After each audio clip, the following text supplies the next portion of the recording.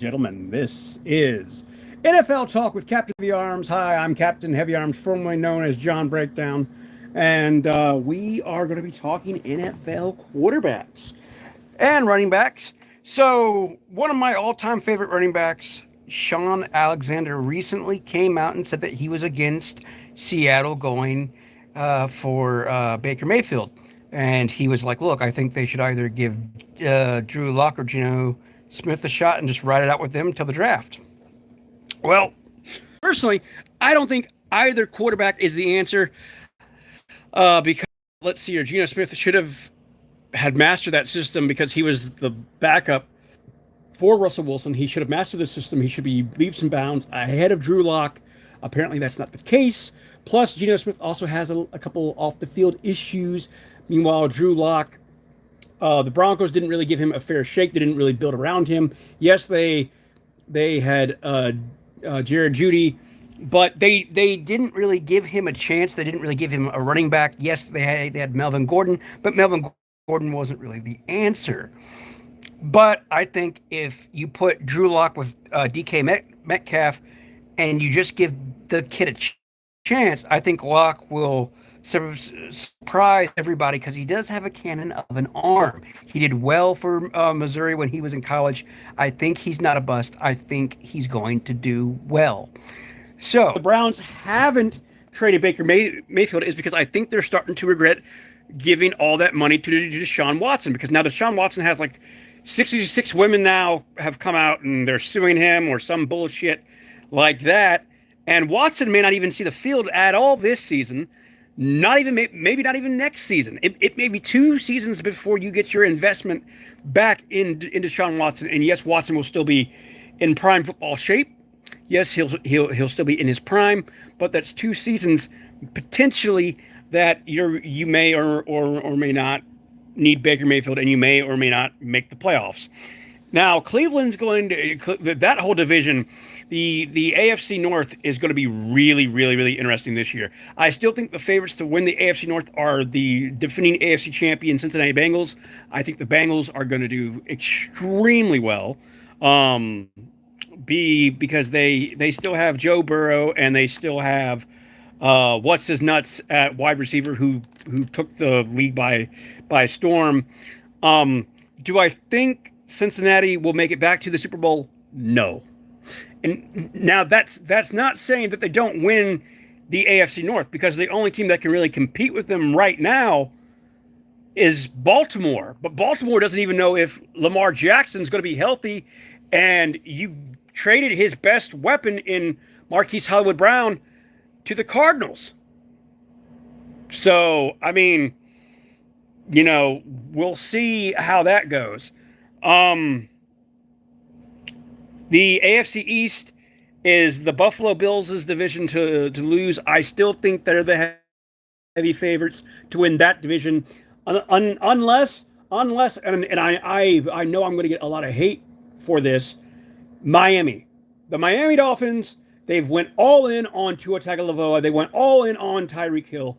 They improved their offensive line, and they brought back their tight ends, and they've improved their running back position. And that defense was nasty last year. They were very highly underrated.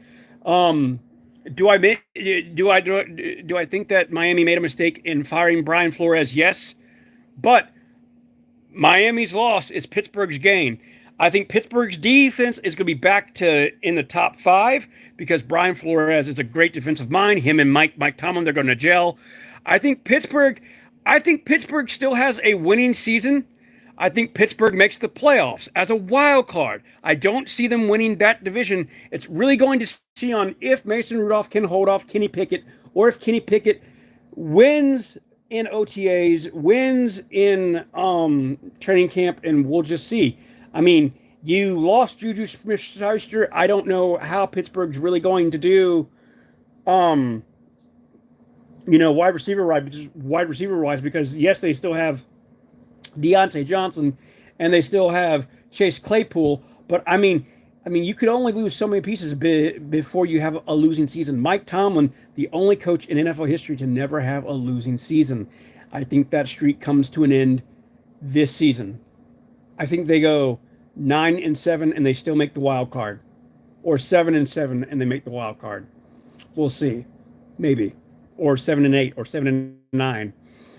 I don't know if that's a winning record or not. A lot of people are going to hate on me for the AFC East picks because they're like, well, what about the Jets? Look, the Jets did well in the draft, yes. I don't know how they're going to do this year. I have the Jets winning maybe 6 games. 6 games. I mean, they're in the middle pack because they're in a division where you still have the New England Patriots who are kind of resurfacing, but I don't think the Patriots are going to win that division this year.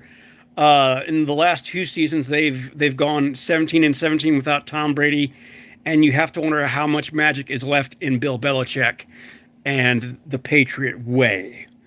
The AFC South, you have the Houston Texans, the Indianapolis Colts, Jacksonville, and Tennessee. And I think that division is going to be really Tennessee's division to lose, because they got Malik Willis in the draft, who is the heir apparent to Ryan Tannehill. Ryan Tannehill has his panties in a bunch.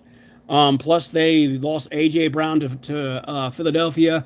The Titans, they still have King Henry. They can still, that defense is still stout enough. I just don't know if they have the offensive capabilities to compete with the rest of that division.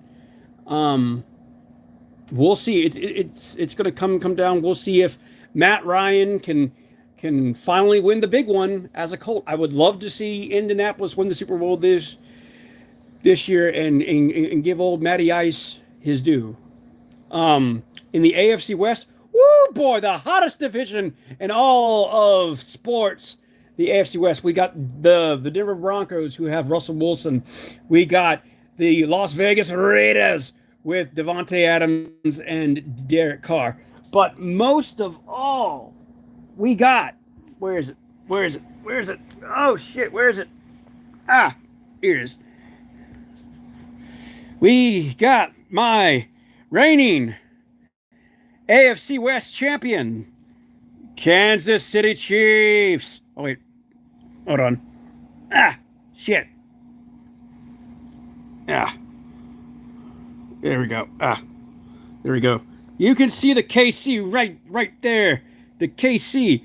Now, that division is going to be my Chiefs division to lose. And I'll tell you why. We let Tyreek Hill go to Miami. We offered him the same exact deal. And Tyreek has said on a podcast that Kansas City didn't want to dance. I don't believe that's the case. I think that they felt like he had a bad year, and he did have a bad year. His production was off, and they felt like they could get more for him now while he's in his prime. And they went out and they got Juju Smith-Schuster. They got a couple of good wide receivers in the draft. And I think our offensive line is going to be better. I think our defense is going to be better, but defense, I mean, George Kaflanakis is going to be very interesting to see how he does. He has some big shoes to fill. Do I think we're going to win the division? Probably not. And I know, you're like, but John, you're a Chiefs fan. Yes, but realistically, you got to look at the teams that are in our division. We got Russell Wilson, who's now paired with Jared Jeudy. That Broncos team is stacked. That Broncos team has a good defense. And they have a good offensive line. They were highly underrated last season. You got Oakland. Oakland has been knocking on the door. And I think this is the year that, quite frankly, we don't make the playoffs. And I kind of hope we don't. And here's why. It gives our team a chance to reload, rebuild, and Patrick Mahomes is still in his prime. That offensive line is still in their prime. And I'm not worried about us not making the playoffs this year, because if we don't make it this year, next year we'll be back better than ever. But we're starting to get like Patriot fans where we expect to be in the hunt every single year. You know, we've gotten a little bit spoiled. Maybe getting our asses kicked this year will bring us back down to earth, and we'll start acting like regular fans instead of Cowboy fans who think every single year, oh, we're America's team, we're Dallas, we're going to the Super Bowl. Fuck no, get the fuck out of here. Dak Prescott's a bum. Mike McCarthy's a bum. I don't think the Cowboys, I'll say this is the only year that I think Dallas has a legit shot of actually making it to the playoffs and making it to the Super Bowl, because that division is so horrible. It is the worst division in football. The Giants are horrible. The Eagles are the only team that could potentially give Dallas a run for the money, and that's if the wide receivers stay healthy, Jalen Hurts stays healthy.